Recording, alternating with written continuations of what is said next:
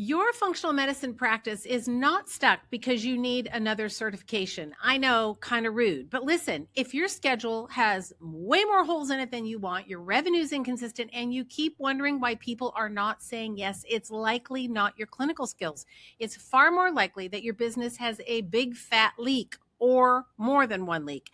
And no amount of clinical training is going to fix a broken business structure. So today, that's what we're going to talk about. I'm going to help you figure out what's preventing you from growing and what you need to do first. Welcome back to The Clinical Entrepreneur. This is where we talk about clinical thinking and all kinds of things having to do with business strategy, what it takes to make a practice actually work, not one that just looks good on paper with a brick and mortar and a shingle. We are getting into the real details about what it takes to be a great clinician and also to have a great business. Today, we're going to talk about one of the most important and I think over-assumed patterns that I see with practitioners all the time. And practitioners like you wouldn't be here if you weren't good at what you do. You want to learn, you want to grow, you want to know more about how to do what you do better, how to hone your craft. The problem that I see is that practitioners are smart. Everybody's like clinically sharp. You know how to do all the things. You care about your patients. You've taken all the courses. You've got the certifications. You know more about mitochondria and hormones and detox and stealth pathogens and blood sugar than the average human should ever be legally allowed to know. But yet your practice still struggles. It's not growing the way that you want it to. The schedule is inconsistent. Your revenue is inconsistent. Patients don't say yes. They go, need to think about it. Maybe I just need a little bit more time. I'm not ready to make that commitment, whatever it is. And you're left thinking, wait a minute, I know I can help you. Why are you not saying yes? So then what we do is we fall back on the excuse, and I'm going to call it, I think it's an excuse. The excuse, well, I just need to learn a little bit more. Let me go take a few more certifications. Let me go take a few more courses, but I want to challenge that. I don't think that that is actually the problem. I think that's the excuse, but I don't think that is the actual problem. The problem is that your business structure is not strong enough to carry the clinical load that you're capable of providing. That's all. It's inside the business that's the problem. It's the way that it's structured that is the issue. So there's something that I like to call the clinical skills trap. And as you might imagine, this is when you just keep going after more and more and more certifications. And I'm not saying that you shouldn't educate yourself. Like you need to, because if you're going to help people, then you do have to have a solid foundation. I don't want you going in and just buffaloing your way through something, making recommendations that aren't going to work. We don't want to do that. But what happens is, I'm just being honest, what happens is we hide behind the clinical certifications, honestly, because we don't know what to do in the business. So we make it about the clinical certifications and we just kind of like pretend that the other part isn't broken. Oh, for sure, if I build it, they will come, because the learning feels safe. It's what you already know. It's what you can fall back on. It's another diploma, certificate you can put on your wall. It feels safe. All of that is not wrong. But what about improving your consultation process? What about asking hard questions when a patient ghosts you after you've done a consultation, like a free call, or they came in for a first appointment and they never come back? What about your pricing? What about your follow-ups? What about how you communicate what it is that you do? Are you communicating it clearly and effectively and efficiently? I don't know. But all of those things feel very, very vulnerable. I mean, if you're really honest, they do. They feel scary because we don't know how to manage them. We don't know what to do with them. So we're going to default back to what we are comfortable with, which is the clinical education.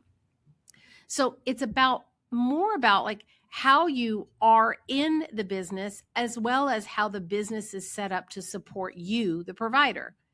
It's about like how you communicate, how you sell. I know nobody wants to sell, but listen, like it or not, my friend, you are in a business where you kind of have to sell yourself. You sort of do. That's what you do every day. You just don't want to tell the truth about it. And I'm just calling bluff on it. We just need to tell the truth about it. That's all.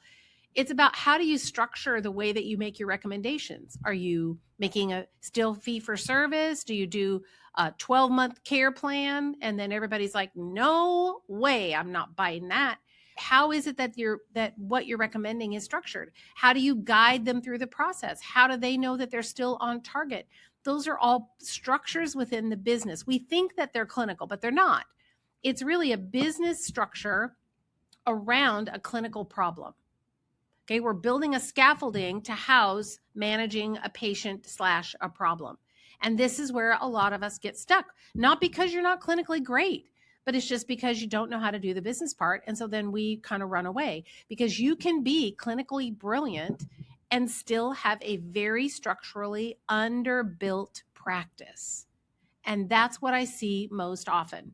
So you have to have the clinical skill. I don't want you to leave or think, oh my gosh, she's telling me not to do any more education. I'm not saying that at all. You have to understand, but just because you know how to do something clinically does not mean that you automatically understand how to convert a website visitor into a patient. Agreed? Can we all agree on that? It doesn't mean that you know how to present what you do in a clear and concise way. Can you say what you do in one sentence, the problem you solve in one sentence? If you can't, then your patients can't either. They can't either. They don't know how to describe it. They're like, yeah, well, he does some stuff and it's kind of weird, and put your arm out and kind of press on it. It's kind of weird, but I guess it works. I don't know, but I feel better. That's probably not going to convert many people. So we have to create that part of the business. You have to learn how to retain them and how to follow up with them. Because if practice isn't growing, your income isn't where you want it to be, the schedule has holes in it, and you're financially frustrated that you don't have a retirement, frustrated that that finances are nip and tuck, and you're looking at your bank account to decide how much you're going to pull out for yourself, that's not the best way to run a business, my friend. So I want you to think about your clinical skills are like an engine, and you can have the best engine in the world, but if your tires are flat and the gas tank is empty and there's a leak in the fuel line and your fuel filter is full, you're not going to go very far. That doesn't mean your engine is bad or the car is bad. It just means that we need to do a little bit of tune-up. So these are what I call the business leaks. Okay. So I want you to lean in here. If you're not driving, if you're safe, you can write these down because they're good. There are essentially six leaks in a business. And when your business is not growing, it's either stagnant or it's going backwards. We often think that we need more new patients. And I hear this all the time from the CBA doctors. They all come to me going, I need a better marketing strategy, or I may need more new patients, which is AKA I have a dried up funnel and I need more people in the door. Agreed. I'm not saying it's wrong. But why is that not working? We need more leads, or we need maybe more reviews online, or maybe we need more social activity, whatever it is, before you can just want to throw like spaghetti at the wall and say, oh, well, let me try that. I'm going to try and post on social every single day. Yeah. How many of us have tried that? Myself included. And I just fall flat because you know why? I hate it. I just hate it. So that's not going to work for me until I can figure out a way to automate it. So I got to figure out a different way to do it. And that's what I want to show you right now. So there are 6 common leaks that feed into this broken business system. Leak number 1 is the visibility leak. And this is where not enough of the right people know you exist. Let me say that again. Not enough of the right people for your practice, not enough of the right people know that you exist. You are amazing. You know all the things. You're super helpful. You're committed. You are going to go with them all the way across the finish line. That's great. But if people can't find you, they can't schedule with you. I mean, that's like simple, basic math. So that's when I hear practitioners say, oh, well, I just need more marketing. Okay, maybe you do, but visibility isn't enough. You can get them to you, but then visibility leak number 2 is the messaging leak. And this is when people see your website. They see your posts online. Maybe they are on your email list, or they have a friend who's forwarding your emails to them. And but they don't really understand what you do or who you help or the problem that you solve. And that matters because, again, how does someone communicate about what you do to other people if you can't even articulate it? You have to be able to articulate it first. What makes you different? What makes your crayon sharper, brighter, and more amazing than all the other crayons in the box? That's what makes you unique. That's the next step. The messaging has to be able to communicate really clearly what you do. So if someone goes to your website and they're kind of wandering around, click, click, oh yeah, that kind of looks good. But your website says, helping you restore your health naturally. That is an elevator pitch that isn't going to get anybody to ask you for your card. No one wakes up in the morning thinking, wow, I have a deficiency of natural health. I think today I need to find someone who can help me restore my health naturally. I mean, maybe there's some version of that, but usually there's a problem underneath that. They're tired, they're constipated, they have brain fog, they have hemorrhoids, whatever it is. When your messaging isn't clear, people don't know how to interact with you and they won't stay. They just click away and they go off into the internet abyss looking for somebody else that's going to articulate their problem and show them that, yes, I understand and I'm your person. Leak number 3 is the conversion leak. So now you got people, let's say you get them in, you find the right people, they're on your website and they book a consult or they get on the phone with you. But then they don't move forward because we don't know in the business, we don't have those systems set up that we can convert them. This one is where our ego gets involved. And we start beating ourselves up because, well, it must be me. I must not, somebody else down the road does it better. Or, I didn't say it right. We beat ourselves up and it's not likely you. More often than not, it's that your recommendations were unclear. You didn't speak clearly to their problem, or the way that you talked about the pricing, what it costs to work with you, doesn't have context. Or you just threw out a big ballpark price and said, well, it's going to be about, this much money, or it's going to take about 6 weeks. People don't want to buy about. They don't want to buy maybe. People want certainty. And when you are clear and you are certain, then they'll draft off of your confidence. And they'll lean in and say, oh, wow, well, she says that she's going to help me and she's going to help me. I'm not going to be bloated anymore. Yes, I want that because you communicated it clearly. You're clear about what you offer. You're clear about what you do. You give it context. And I would argue that they also need a clear path. When patients come in and you say, okay, well, let's try this for a few weeks. I am a no on that, 100%. That's not confident. Confidence is this is how long we're going to take. We'll reevaluate at the end. And if we need to keep going, we will. But I think we're going to make really good progress within X weeks. That's what they want to hear. So that's how our consultation often breaks down. Leak number 4. This is the offer leak. This is when everything in your practice is built around one type of like a structure. So let's say it's fee for service. You're just offering like one-off visits, or you're a random protocol. Oh, that's a stealth pathogen protocol, or that's a weed and feed gut repair protocol, or, just come back when you don't feel well. Let me know. Oh, you should strike that phrase from your vocabulary. Let me know. That's the worst thing you can say. No, that's not a confident practitioner. That's like, well, la-di-da, just let me know when you're ready. That's not a good business model. You can't build a business on let me know or let's just see how it goes. They want confidence. They want your confidence. They want a path. They want to know exactly what the plan is. I would, if I was going to pay money to you and have you help me with my health, I would want to know what you're going to do. Because then I don't feel safe. Put yourself in the patient's shoes. Would you sign up with you? It's a great question. Would you, if you were signing up with you, if you were working with you, if you were doing a consult with you, would you? And the fastest way to know that is record yourself. If this is painful, friends, it is painful. I have done it. It is not fun. And you could record yourself. And then if you really want to get vulnerable, you could upload that recording to AI and say, could you please tell me how I can improve my consultation process? That's when it gets spicy right there.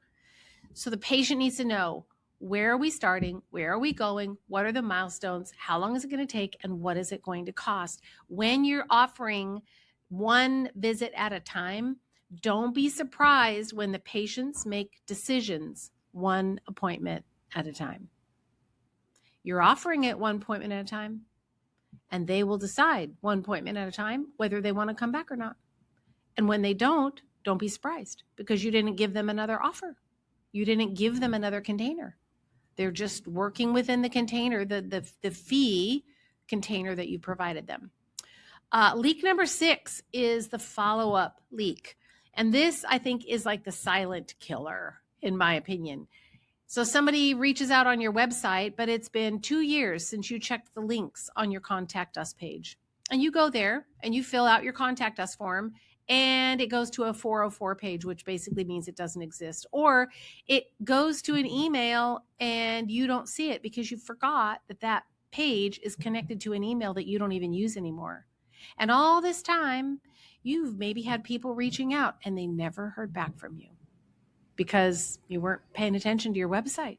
This is a big leak, the follow-up leak. The devil's in the details, right? So if someone has a consult and they say they need to think about it, what's your follow-up? Do you have a follow-up? My guess is, I don't know, I'm feeling kind of saucy today. My guess is you probably don't, because you don't want to be pushy. Be pushy. Not obnoxious, not hardcore, not, going to their house with a pen and a paper saying sign here. I'm not asking you to do that. I'm just saying follow up. Listen, I was thinking about you. What questions can I answer for you about helping you with your bloating issue? Because I really do want to help you. And I know we can get this resolved for you. Have you had a chance to talk with your husband yet? How can I help you? What kinds of questions do you think your husband's going to have? Those are that's a follow-up. That's caring. It's not pressure. It's just caring. You're just caring. The follow-ups are where we drop out. So or the person starts in and then they ghost you after a while. Do you ever call them back, or you just go, oh, well, they just quit coming? Oh my gosh, what they're waiting for is someone to send an email and say, hey, I miss you. I care about you. Are you okay? Is there something I can do to help you? Would you like me to bring supplements by or something? I know practitioners, doctors that did that, practices that did that during COVID.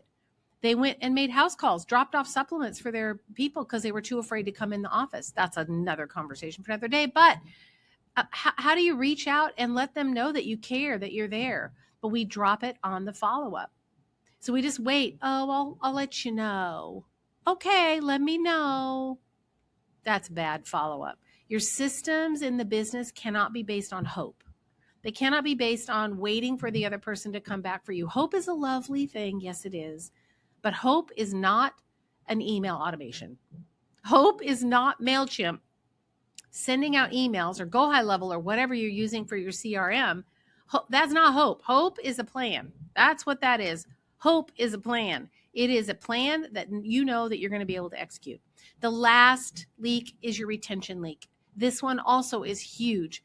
So patients come in, it kind of ties with the other one, but if they come in and they start, and maybe they finish your whole care plan. Maybe they do. And then they leave and you never hear from them again. And you're thinking, well, they need maintenance. They're going to need to get their blood drawn again in 6 months. We need to follow up.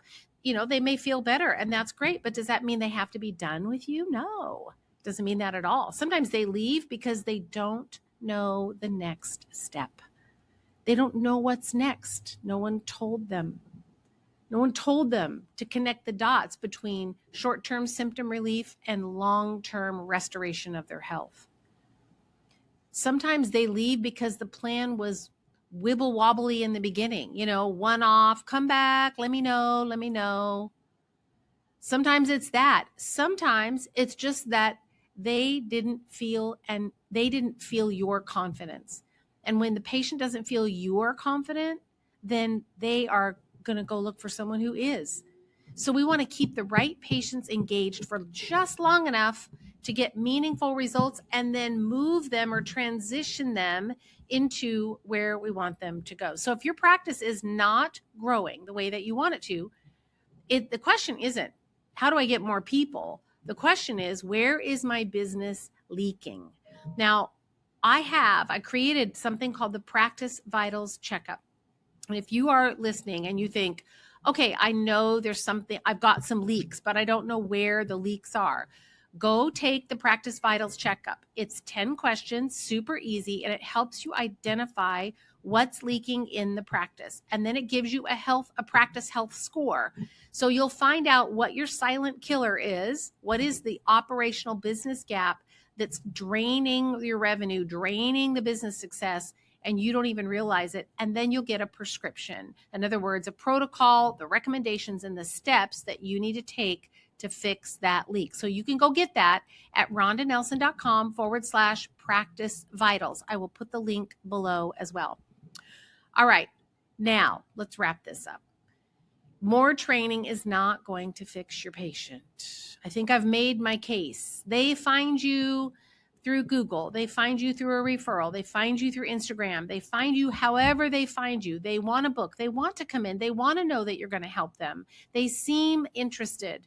And then your business structure or the way that you communicate, articulate what you do is floppy. And without that clear plan about how you work with every patient should be inside of a container that's built for them.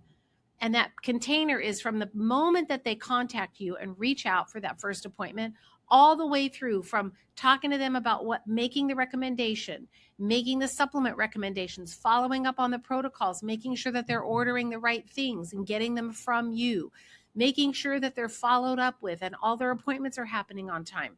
That is the business structure that is most often missing. The patients, they want to feel cared for, but as soon as it starts getting floppy and wobbly, they leave and we say, oh, well, they're just not compliant. These patients these days, they just don't follow through. I know, it just happens. They just get stressed out and they just don't follow through. You see what's happening? We're deflecting, kind of like deflecting when we're just going to go take more clinical education because that's safe. It's easy to deflect when we don't understand why. And I mean, really, I get it. We don't want to look at the business because for most of us, business is hard. It's hard for me too. Like, it's hard for me. I may be ahead of where you are, but I don't want you to ever think that I have it all the way figured out because I still hit my head. I still bump along on things. It's just something I would much rather go to a training, read you put a big physiology textbook in front of me and I am so happy. I go on vacation and I'll take a clinical book with me. It just makes me so happy. What I need to be doing is researching how to automate my social media. Like, I need to be working on the business, and the patients need to know that you are clinically solid, but behind the scenes, they want to feel that they're being taken care of. So if your practice isn't growing, if you're not getting the traction that you want, start by asking this question: where are people dropping off? Are they dropping off before they ever schedule? In other words, like, you might be losing them on the website. Check out your website analytics. See how many visitors you have.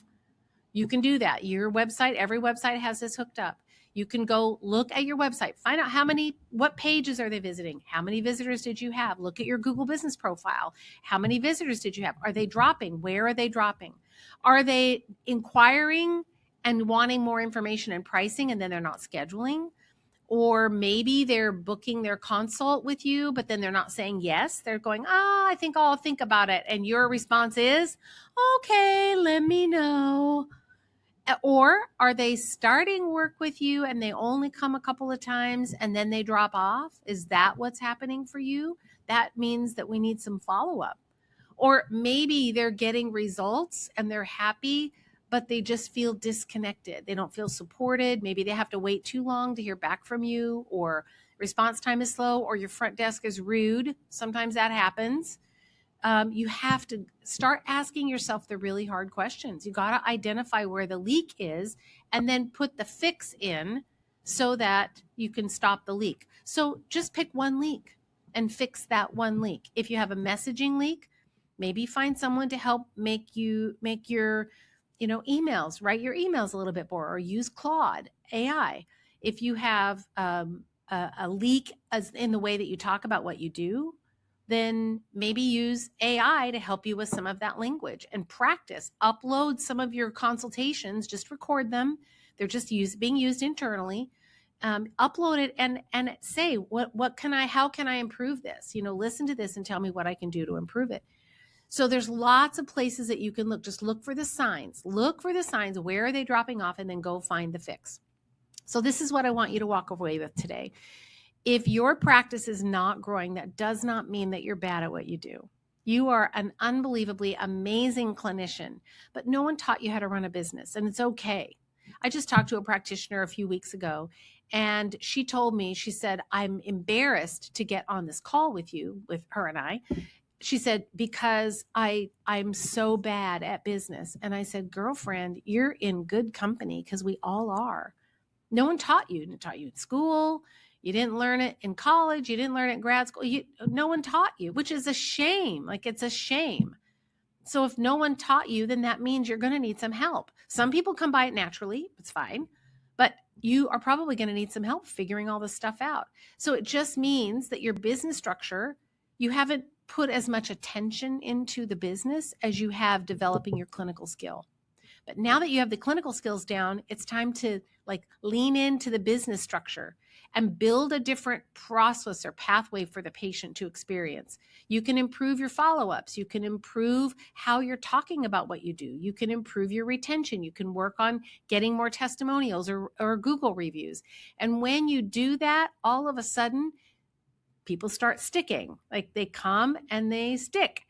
And lastly, tell yourself that you're good at what you do. Don't beat yourself up for being bad at business, because you're not bad at business. How can you be bad at something you don't know how to do? If I'm bad at boxing, I've never boxed in my life. Does that mean I'm a bad boxer? No, it just means I don't know how to box. And then if I'm taking lessons and I've got a trainer helping me, would the trainer say you're bad at boxing? No, the trainer's going to say to me, good job. You hit the bag this time. You didn't miss it. Or that was a great punch. Or you're getting better. Or you're getting stronger. Whatever it is. I'm learning. And that's all. You're just learning. You're just learning a new skill. That's all. So figure out where they're leaking. And if you want help, you can always take the Practice Vitals checkup. Go to rondanelson.com/practice vitals. That's where you're going to grab that checkup. Go see what your score is, and it'll give you some very clear instructions about what you need to do next. And if you are ready to take your business to the next level and you want to get on a call with me, we can schedule a practice strategy call. I'm happy to work with you and talk to you about what's happening in your practice and decide whether Clinical Business Academy is the right fit for you to build the structure and the internal systems, the patient communication, emails, all of those things that will help you really start making that practice grow. To do that, you go to rondanelson.com/practice strategy. So first, go take that vitals checklist, and I will see you next week on the episode. Take care, friends.